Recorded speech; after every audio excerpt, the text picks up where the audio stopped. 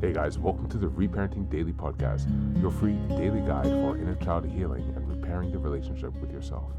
This podcast helps you establish a consistent reparenting routine and is divided into 3 sections. The first is a daily reading, the second is a discussion of that reading, followed by suggested journal prompts, and the last section is a peaceful binaural beats meditation for closing. Good morning, good afternoon, and good evening from whenever and wherever you're joining us. I'm so glad that you can join us today on this journey of healing, self-expansion, and growth. If this is your first time, welcome. As a celebration of recently passing episode 500, I've opened up a free membership tier for our Patreon community. And this is so that you can access additional resources as well as join our weekly Zoom support calls for free. I understand that there's a lot going on in the world right now, and I know that so many people are really struggling. And so my hope with this is to encourage others to take up the serious work of reparenting and to offer a free community where people can do that. I'd also like to thank everyone who's been along for the journey so far. We've passed episode 550 and continuing beyond. And so this is just a reminder to you all that this is a free podcast, but if you'd like to support the project, you can purchase the Reparenting Daily Journal where you can follow us along all year. This 333-page journal gives you extra insight and resources for each week and also provides space for you to keep your notes. Another way to support the podcast is to purchase the Fairy Tales for Reparenting series, volumes 1 through 3. This collection organizes famous and obscure fairy tales from around the world into 3 phases of the hero's journey, from beginning, middle, to end. While you may think that fairy tales are for kids, I'd like to challenge you. These stories contain profound truths and lessons carried down over centuries that we can use in our own reparenting journeys. It's a fun way to reconnect with your inner child. Each volume comprises 10 fairy tales. Each volume also contains an analysis section that helps you dive deeper into the message, as well as journal prompts with space for you to keep your notes. Lastly, you can also support this podcast by taking a paid Patreon subscription, by purchasing some of the books that are available on Amazon, or by donating on Buy Me a Coffee. You can find all this information on the Support Us section on the website. Thank you again for your time. And so now with these announcements out of the way, let's dive into today's practice. Today's reading is from Self-Reliance by Waldo Emerson. This is in the public domain, so you'll find a link to the free PDF, as well as a link to the book if you'd like to purchase a hard copy. And just as a reminder, this is January. The theme is self-awareness and self-reflection. We're in week 3, and the theme is exploring personal values. And we'll be looking at Self-Reliance by Ralph Waldo Emerson. 1841. Nete quasi extra. Man is his own star, and the soul that can render an honest and a perfect man commands all light, all influence, all fate. Nothing to him falls early or too late. Our acts, our angels are, or good or ill, are fatal shadows that walk by us still. Epilogue to Beaumont and Fletcher's Honest Man's Fortune. Cast a battling on the rocks. Suckle him with the she-wolf teat. Winter with the hawk and fox. Power and speed be hands and feet. I read the other day some verses written by an eminent painter, which were original and not conventional. The soul was always hers in adoration in such lines, yet the subject be what it may. The sentiment they instill is of more value than any thought they may contain. To believe your own thought, to believe that what is true for you in your private heart is true for all men, that is genius. Speak your Latin conviction, and it shall be the universal sense. For the inmost in due time becomes the outmost, and our first thought is rendered back to us by the trumpets of the Last Judgment. Familiar as the voice of the mind is to each, the highest merit we ascribe to Plato, Moses, and Milton is that they said not books and traditions, and spoke not what men, but what they thought. A man should learn to detect and watch that gleam of light which flashes across his mind from within. More than lustre of firmament of bards and sages. Yet he dismisses without notice his thought, because it is his. In every work of genius we recognize our own rejected thoughts. They come back to us with certain alienated majesty. Great works of art have no more affecting lesson for us than this. They teach us to abide by our spontaneous impressions with good humor and flexibility. Then most when the woe cry of voices on the other side. Else tomorrow a stranger will say, with masterly good sense, precisely what we have thought and felt all the time, and we shall be forced to take with shame our own opinion from another.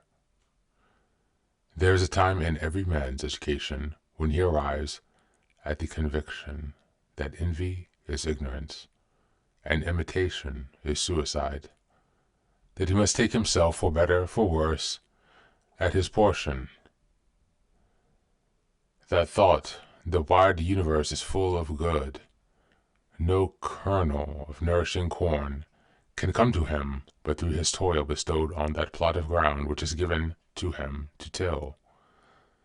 The power which resides in him is new in nature, and none but he knows what that which he can do.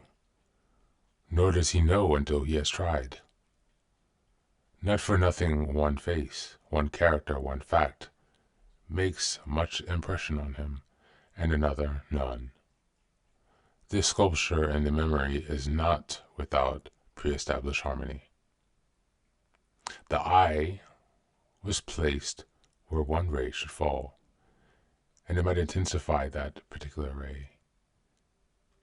We but half express ourselves, and we are ashamed of that divine idea which each of us represents. It may be safely trusted as a proportionate and of good issues. It may be safely trusted as proportionate and of good issue. So be it faithfully imparted. But God will not have his work made manifest by cowards. A man is relieved and gay when he has but his heart into his work and done his best. But what he said or done otherwise shall give him no peace. It is a deliverance which does not deliver. In attempt his genius deserts him. No muse befriends, no invention, no hope. Trust thyself. Every heart vibrates to that iron string. Accept the place the divine providence has found for you, the society of your contemporaries, the connection of events.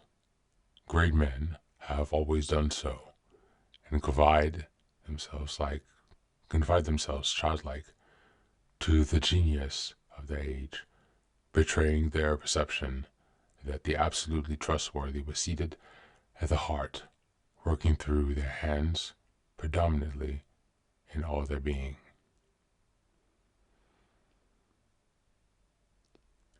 We are now men, and must accept in the highest mind the same transcendent destiny,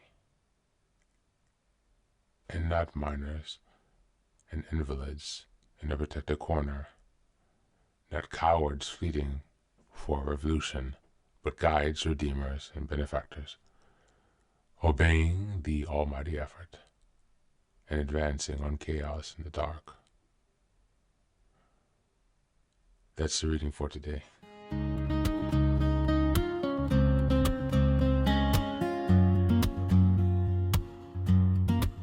Welcome back. Ralph Waldo Emerson's essays, Self-Reliant, speaks deeply to the heart of reparenting by emphasizing the importance of trusting oneself and embracing one's unique inner wisdom. Reparenting requires us to cultivate self-trust and confidence in our instincts, particularly when societal or external voices have led us to doubt our worth or abilities. Emerson's ideas that envy is ignorance, imitation is suicide, reminds us that comparing ourselves to others or living by others' expectations undermines our true potential. By reparenting, we nurture the inner child to recognize their inherent value, replacing the shame and self-doubt with the empowerment of self-acceptance. Moreover, Emerson's call to trust thyself aligns perfectly with the core of reparenting, reclaiming responsibility for our emotional and personal growth. When we reparent, we act as guides and nurturers for our inner child, providing the nurture, care, boundaries, and encouragement we might not have received in our formative years. Just as Emerson's words encourages us to honor the divine idea within us, reparenting is about believing in and fostering that unique light, enabling us to move forward with resilience, courage, and authenticity. As we move on to the journal prompts today, number 1, exploring self-trust. Reflect on a moment when you had dismissed your own thoughts or feelings because you doubted their validity. How might trusting yourself in that situation have led to a different outcome? Number 2, embracing uniqueness. Write about one quality or skill that sets you apart from others. How can you honor that aspect of yourself in your daily life, rather than seeking external validation? And number 3, reclaiming inner guidance. Consider a past situation where you followed someone else's advice or expectations instead of your own instincts.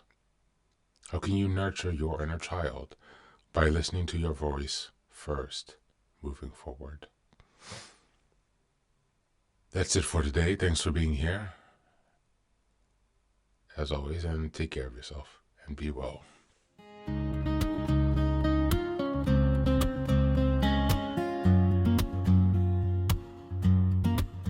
Welcome back. Now, this is the third and final section of the daily podcast.